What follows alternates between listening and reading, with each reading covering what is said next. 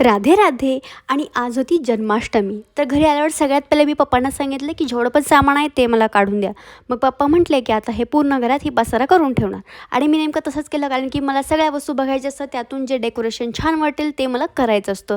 मी सगळ्या माळा काढल्या, फुलं काढले, पानं काढले, सगळ्या वस्तू काढल्या आणि पटकन दिवशी मी खुर्चीवर चढले आणि वरती घेतलं मी लावायला सगळं साहित्य. मग मी पहिले लावल्या झिरमिळ्या माळा. त्या मला चांगल्या नव्हत्या वाटत, म्हणून मी त्याच्यात अजून वाटलं की गुलाबाच्या लावाव्या. गुलाबाच्या नव्हत्या म्हणून मीच माझ्या झेंडूच्या ज्या नकली माळा आहेत त्या घेतल्या आणि पटापटा लावून टाकल्या. ते झाल्यावरती अजूनही खाली वाटत होतं, म्हणून मी त्याला लावले पानं. पानं लावल्यावरती पण ते अजूनच सुंदर दिसत होतं. आणि त्याच्यानंतर मी त्याच्यात असं टाकलं की आता चला याला पानं तर लावलेच आहेत, मग त्याच्यात फुलं पण टाकूया. म्हणून मी कशी तरी त्याच्यात फुलं पण अडकवून दिले. दिसायला अतिशय सुंदर आणि सोबर दिसत होतं. पण ते करता करता काही याच्यामध्ये गुंतडा झाला, म्हणून तो दिला आईला काढायला आणि मी करत बसले माझ्या कॉलेजचं काम आणि सोबत मी पिला चहा. पप्पांनी आणली होती तोपर्यंत मिठाई आणि पप्पांना पण काम देऊन टाकलं.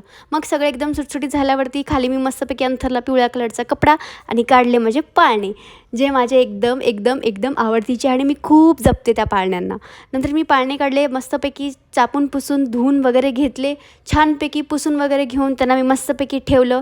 आणि त्याचं जे डेकोरेशन केलं आहे ते पुढच्या व्लॉगमध्ये तुम्हाला नक्की दिसेल. आणि तुम्ही पण तुमच्या घरी जन्माष्टमीचं कुठलं डेकोरेशन केलं असेल तर सांगा. आणि पुढचा व्लॉग बघण्यासाठी फॉलो करा. Thank you so much.